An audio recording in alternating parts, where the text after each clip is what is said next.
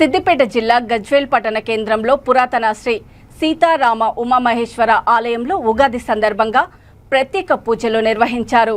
అనంతరం పురోహితులు రాజశేఖర్ శర్మ ఆధ్వర్యంలో పంచాంగ శ్రావణం నిర్వహించి భక్తులకు తీర్థ ప్రసాదాలు, ఉగాది పచ్చడి అందజేశారు.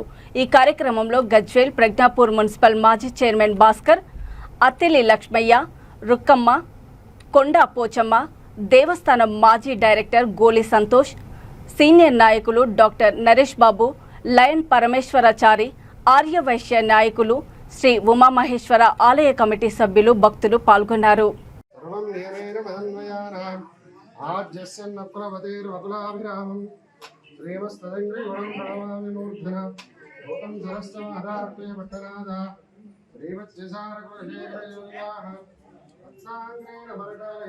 అవకాశం ఉంది. గతంలో ఎట్లయితే ఉందో ఈసారి కూడా కొత్త మంది బలిష్ట చిత్తవృష్టిలో ఉన్నవాళ్ళు రాజకీయాల్లోకి వచ్చేటువంటి అవకాశం ಹೆಚ್ಚుగా ఉన్నది. తర్వాత రాజకీయ తెలంగాణలో కొన్ని ప్రయోజకరమైనటువంటి నూతన పథకాలను ప్రభుత్వం ప్రవేశపెడుతుంది.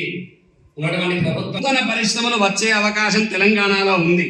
అలాగే మధ్యన ప్రభుత్వ నేతల మధ్య అభిప్రాయ భేదాలు హెచ్చుగా వచ్చే అవకాశం ఉంది.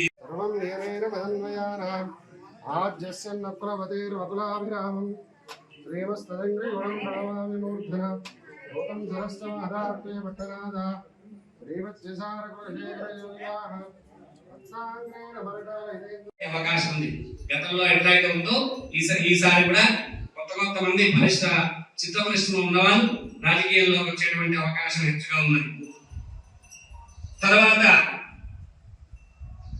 రాజకీయ తెలంగాణలో కొన్ని ప్రయోజకరమైనటువంటి నూతన పథకాలను ప్రభుత్వం ప్రవేశపెడుతుంది. నూతన పరిశ్రమలు వచ్చే అవకాశం తెలంగాణలో ఉంది.